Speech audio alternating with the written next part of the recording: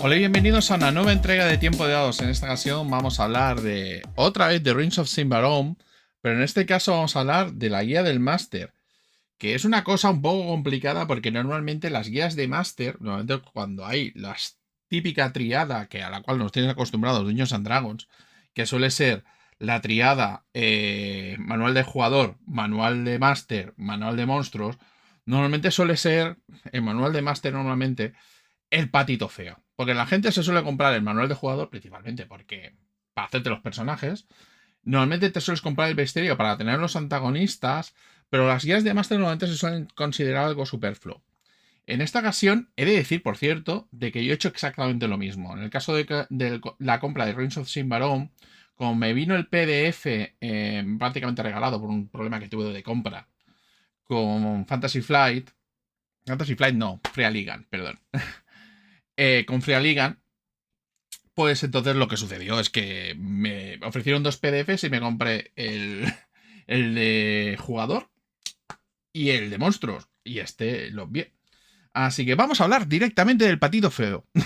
El elefante en la habitación. ¿Y qué es lo que tenemos aquí? Aparte de consejos de cómo hacer de máster, que sinceramente es en lo que menos le dedica este libro. Realmente son como 3 páginas, sobre todo al principio. Tenemos alguna cosa que reproduce cosas del SRD de quinta edición de Dungeons and Dragons, que es principalmente son el tema de las habilidades, las tiradas de salvación, ese tipo de cosas. Cómo llevar a cabo todo lo que es la creación de desafíos, que no utiliza la típica fórmula de Dungeons and Dragons y tal. No sabría exactamente decir si eso va a funcionar o no, principalmente porque en este caso hace una adaptación de quinta edición sobre otro sistema que ya existía anteriormente, que es el de Symbaroum, que va un poco a través de escenas. Entonces lo que hacen es que nos regalan puntos de experiencia con respecto a los desafíos dentro de las escenas. Una cosa que no había comentado, por cierto, del Rings of Symbaroum, el manual del jugador de Rings of Symbaroum, es que tiene también reglas de interacción social, pero son reglas de interacción social que más o menos tienen pinta de funcionar, porque no lo hacen excesivamente complicado. Hay temas de presentación y luego con respecto a la mala o buena primera impresión que hayas podido dar, luego poder modificar un poco y ver si consigues convencer a la persona o las personas o las entidades con las cuales estás tratando, si dependiendo de lo bien que hayas caído al principio. Lo cual está guay. O sea, no es excesivamente complicado y se puede más o menos jugar. Dicho eso, tenemos mecánicas de ese estilo. Cosas como, por ejemplo, persecuciones. Tenemos un sistema de persecuciones, que ya sabéis que odio las persecuciones. Y en este caso, el sistema de persecuciones es bastante corto. O sea, tiene un montón de mecánicas que son nuevas, pero no son excesivamente largas, con lo cual puedes más o menos desgranar cómo funcionan o ignorarlas completamente y hacer más o menos un presunto. Tiene reglas de batallas, tiene reglas de dominios, en caso de que queramos tener, por ejemplo, un principado. Nos indican un poco consejos sobre todo de cómo realizarlo, ya que no solamente puede ser un principado, puede ser perfectamente una misión religiosa, por ejemplo, un gremio, por ejemplo, nos indican como un poco cómo llevarlos. Tenemos algún par de cosas que recuerdan sobre todo poderosamente a lo que estamos acostumbrados dentro del sistema Free Ligan, que normalmente ya sabéis que el sistema Free Ligan, el básico, no el de Symbaroum, sino el de dados de 6 y tal. Normalmente la mayor parte de los juegos suelen tener un gran componente sandbox. Aquí nos indican cómo hacer un componente sandbox centrado sobre todo en lo que son las expediciones. Nos permite principalmente ir mapeando todo lo que sería el mapa de Davocar y ir más o menos descubriendo cosas nuevas. Mucho del material que hay aquí, os confieso que parece material reciclado del Symbaroum normal adaptado. Porque hay algunas cosas, sobre todo cosas de trasfondo y tal, que se sienten como que es una adaptación uno por uno. Luego, ¿qué más tenemos? Es que tenemos un montón de cosas. Tenemos información de trasfondo, sobre todo los emplazamientos que habíamos tenido dentro de lo que sería el manual del jugador, pero expandido a nivel de que nos detallan los barrios, nos detallan los personajes, nos indican incluso en caso de que necesitemos un guía o determinados servicios, nos salen las tablas de precio. Por ejemplo, es una guía de mundo que principalmente es de asentamientos, pero que está bien. Luego además tenemos los lugares que menos se tratan dentro de la ambientación, cosas como por ejemplo el inframundo, que sería todo lo equivalente a la suboscuridad. Nos vienen sobre todo qué es lo que nos podemos llegar a encontrar, tablas aleatorias para generación, para poder ir haciendo ese estilo de sandbox, de ver si hay enemigos, ver si va a haber encuentros, ver si va a haber ruinas. En caso de que haya ruinas, qué es lo que le está protegiendo, qué tipo de objetos nos vamos a poder encontrar, porque aquí normalmente la mayor parte de lo que serían los jugadores de Symbaroum Vanilla, principalmente lo que hacen son expediciones al bosque de Avocar para intentar conseguir tesoros y artefactos y más o menos ganarse la vida. Tenemos lo que sería la explicación de lo que hay más allá, lo que serían los mundos, los otros planos que hay fuera del mundo de Symbaroum. Tenemos el Yonder que no me acuerdo cómo está traducido en castellano, que es como una especie de mundo paralelo, de donde vienen las entidades, sobre todo lo que tienen a ver las entidades que tienen que ver con la corrupción. Probablemente es el origen. Lo que pasa es que no puedo hacer mucho spoiler, porque viene dentro de la campaña de la Corona de Espinas, que es la gran campaña de Symbaroum. Y además, muchas cosas te dicen, esto lo explicaremos dentro de la campaña de la Corona de Espinas. En Symbaroum está completa, con lo cual os podéis hacer spoilers si la queréis leer. ¿Qué más tenemos aquí? Además de las que serían las expediciones a Davocar, que es un poco todo lo que sería la chicha de ir más o menos ir definiendo lo que hay en hexágono tras hexágono y cómo van los viajes y si la gente se pierde y qué es lo que nos encontramos dentro y tal. Detalles de las ruinas para irlas pudiendo vestir. O sea, hay mucha tabla. Otras misiones expandidas. Tenemos también, por ejemplo, si queremos que nuestros jugadores sean comandantes dentro de un ejército.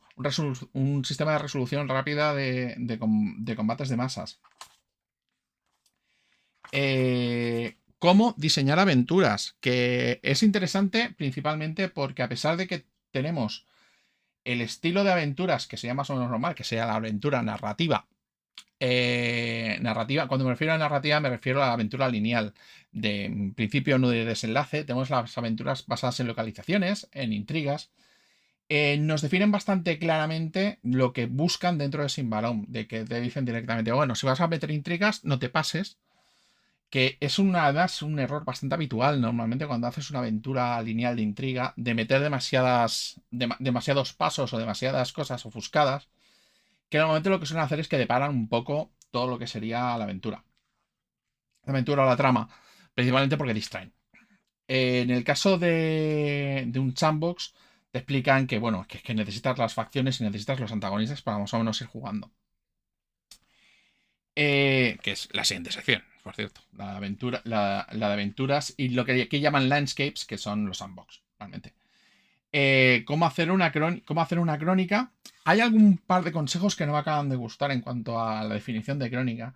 Porque te dicen de que en una crónica, si vas a empezar una crónica y vas a empezar con la trama, te dicen que ya directamente que en la primera aventura muestres todos los personajes y todas las facciones. Yo diría que no sobráis tanto, porque a veces dejar alguna facción para más adelante puede estar bien, porque si no agobias al personal. Pero bueno, es una opinión mía. ¿Cómo hacer el balance de lo que serían las recompensas? Que es interesante principalmente porque toma cuestiones que normalmente no se suelen tratar demasiado, cosas como, por ejemplo, decirte que al principio el equipo es muy importante, porque el equipo es lo que más te hace progresar. Luego, el tema es que el dinero no va perdiendo importancia a medida que vas progresando, porque llega un momento en que no te puedes comprarlo todo, o lo que te puedas o las cosas que te pueden llegar a mejorar son demasiado caras. Nos hablan acerca de las virtudes y las desventajas que teníamos en el manual del jugador de Symbaroum, aplicándolas a nivel de que poder establecerlas como recompensa, cosa que no es tan rompedora porque dentro de D&D, en la guía del Dungeon Master sí que se pueden entregar cosas, pero aquí ya son como más permanentes. Tenemos una sección que es bastante interesante en caso de que no quieras seguir más o menos el tono que tiene Symbaroum con respecto a los objetos mágicos, que los objetos mágicos casi todos te corrompen. Aquí lo puedes hacer igualmente. Evidentemente todos corrompen, eso no, queda más o menos igual. Pero no es como los Nemuranai de Leyenda de los Cinco Anillos, que suelen ser objetos súper únicos y que tienen varias cosas. Eso lo puedes seguir haciendo, pero nos meten también mecánicas en caso de que queramos utilizar los objetos mágicos de la guía del Dungeon Master, más o menos con el tipo de corrupción que te meten, la rareza y ese tipo de cosas. Y evidentemente tenemos una sección de grandes artefactos, que son los grandes objetos mágicos de Symbaroum, que normalmente tienen varios usos, varios tipos de usos. Te suelen poner la corrupción por las nubes, pero está todo bastante guay. La verdad es que todos tienen su historia, no tienen los poderes porque sí. Algunos son objetos de la antigua Simbar, otros no. Sino que simplemente casi todos son de setting. Tenemos reglas opcionales y nuevas, casi todas son reglas, sobre todo están destinadas para el máster. Hay una que me pareció bastante curioso, que es que te ponen un sistema de trampas avanzadas que vuelve un poco a lo que había antiguamente en tercera edición. En tercera edición casi todas las trampas eran, en tercera y cuarta edición, tenían niveles de dificultad, capacidad para poder detectarlas, el tipo de daño que hacen, que era más como un valor de desafío un poco más estático, como una especie de antagonista.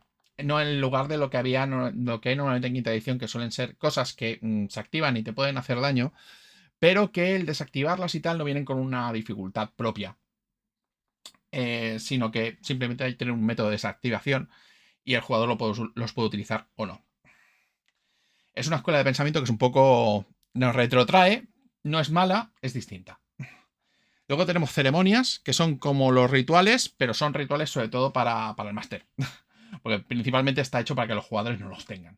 Que son grandes rituales mágicos en los cuales hay varios celebrantes y sirven para hacer las grandes maldades del mundo de Symbaroum. Hay unos cuantos. Hay unos cuantos. Sobre todo son inspiraciones para cosas arcanas. Luego tenemos las reglas de persecuciones, que ya os había explicado, son relativamente sencillas. O sea, a mí me gustan más que las que en la guía del Dungeon Master. A pesar de que se parecen un poco, porque tienen el tema de los peligros que te puedes llegar a encontrar y tal. Luego tenemos las reglas de dominio, que son para... Más que reglas, son el tipo de cosas con las que se pueden acabar encontrando los jugadores en caso de que se dediquen a ese tipo de menesteres. De tener su negocio, tener su dominio, su fortaleza y ver qué es lo que sucede.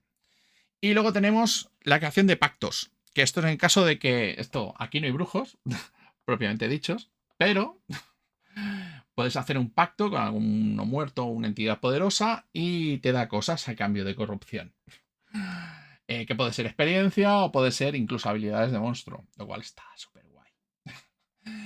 Y lo que sería los desafíos, os había mentido, sí que hay desafíos desafíos sociales, pero están simplificados. Y a todo esto, guerras y batallas y cosas que se pueden hacer en guerras y batallas. ¿Es esto indispensable para jugar a Symbaroum? No. No lo es. No lo es porque principalmente casi todo lo que hay aquí lo puedes más o menos trampear. ¿Está guay tenerlo? Sí, porque es que yo esperaba que fuera bastante peor. Sinceramente me lo pillé principalmente por completismo. Me lo he estado leyendo y he dicho, pues la verdad es que te puede salvar bastante los muebles si quieres jugar con el tono que más o menos quieren que juegues a este juego. Y la verdad es que está bastante guay. Quizás no haya convencido a todo el mundo. Yo diría que si tenéis que elegir manuales, los hagáis en el orden que lo compré, porque realmente los antagonistas los vais a necesitar igualmente. Pero no es una mala compra. Muchas gracias por seguirme y hasta la próxima.